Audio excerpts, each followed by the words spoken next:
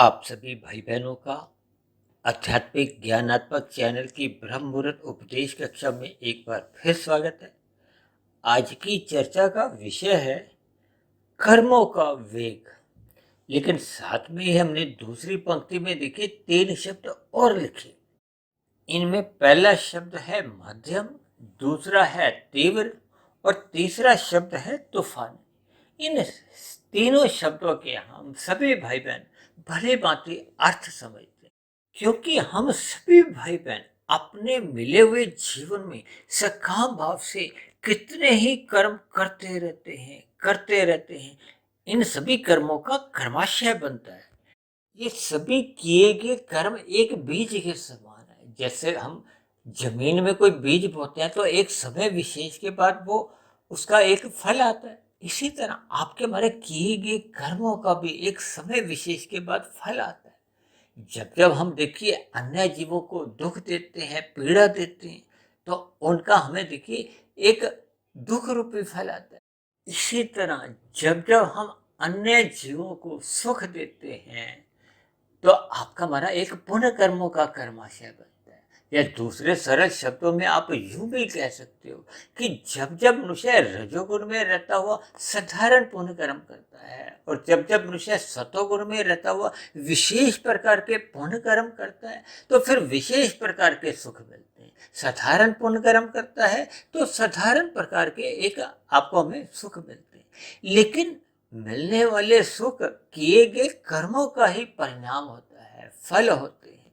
ये अनुकूल और प्रतिकूल परिस्थितियां जब जब आपके हमारे जीवन में आती हैं, ये किए गए कर्मों का ही फल रूप में आती है। अनुकूल परिस्थितियों में हमें सुख की प्रतीति होती है, प्रतिकूल परिस्थितियों में हमें दुख लगता है, पीड़ा लगता है, हम दुखी हो जाते हैं।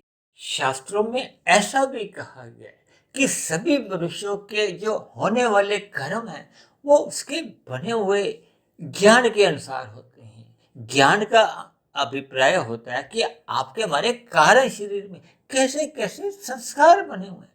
अक्सर मनुष्य के मुख से आपने ये बातें सुनी होगी कि मैं ये पाप कर्म करना तो नहीं चाहता था, लेकिन कैसे मेरे से हो गया मुझे पता ही नहीं चला। इसके पीछे का कारण क्या है? वो है आपका हमारा कारण शरीर। कारण शरीर में आपके हमारे शुभ और अशुभ संस्कार बने रहते हैं। देखिए हम दिन प्रतिदिन हर क्षण जितने भी कर्म करते हैं उनका कर्माशय बनता है। इतनी साधारण बात तो सभी मनुष्य जानते हैं। उन किए गए कर्मों का फिर हमें फल आता है, ये भी एक साधारण सी बात है। लेकिन इन होने वाले कर्मों को जो एक वेग देते हैं, एक दिशा देते हैं, वो मनुष्य के कारण शरीर में बने हुए शुभ अशुभ संस्कार होते हैं। देखिए हम अपने मिले हुए जीवन में सदा कर्म नहीं करते, कभी कभी हम चिंतन करते रहते हैं। जब जब हम देखिए सत्संग नहीं करते तो अक्सर हम भोग विषयों का चिंतन करते हैं। जब जब भोग विषयों का चिंतन गलत दिशा में चले जाता है, दूसरे सरल शब्दों में उसको आप कुसंग का नाम भी दे सकते हो, तब ऐसी स्थिति में आपका हमारा कर्माशय तो बनता नहीं, क्योंकि हमने कोई ऐसा कर्म नहीं किया। तब ऐसी स्थिति में आपके हमारे कारण शरीर में बुरे संस्कार बनते रहते हैं। ये बुरे संस्कार जब बहुत ही गहरे तल पर बन जाते हैं फिर ये आपके हमारे मन बुद्धि के स्तर पर फुरने जगाते हैं। ये जो मैंने नीचे 3 शब्द लिखे ना, मध्यम, तीव्र और तूफानी, जब जब आपके हमारे मन बुद्धि में मध्यम स्तर पर फुरने उठते हैं तो मनुष्य अपने ज्ञान के अनुसार लोभ से, भय से, सरकारी तंत्र के भय से या दंड भोगने के भय से उन पर एक अंकुश पा लेता है, रोक लेता है। लेकिन जब जब ये बने हुए बुरे संस्कार अंदर से तीव्र गति से आते हैं तो कभी कभी मनुष्य देखिए ज्ञान के अभाव में, सत्संग के अभाव में उन बुरे वेगों को, बुरे संस्कारों के वेगों को रोकने में असमर्थ हो जाता है। और कभी कभी देखिए ये बुरे संस्कारों के वेग तूफानी स्तर पर आते हैं। देखिए तूफान को रोकना तो आज संसार में कितने ही आधुनिक उपकरण भी बन चुके हैं, लेकिन तूफान को रोकना असंभव सी बात होती है। आपने कभी कभी सुना होगा ना कि वहां समुद्र तट पे इतने इतने आधे घंटे के लिए तूफान आया तो कितनी ही बड़ी तबाही मचा जाता है।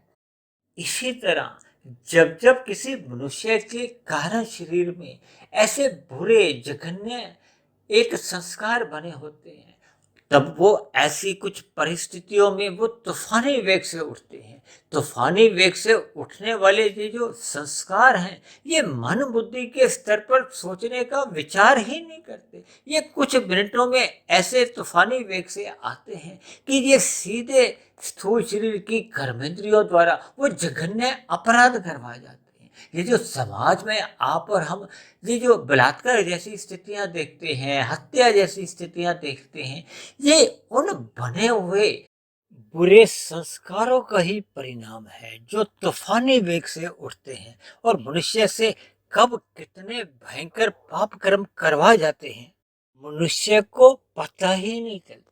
इसलिए हम सभी भाई बहनों को अपने मिले हुए जीवन में आरंभ से ही इन बुरे संस्कारों को बनाने से बचना होगा। अपना सात्विक चिंतन बनाए रखना होगा।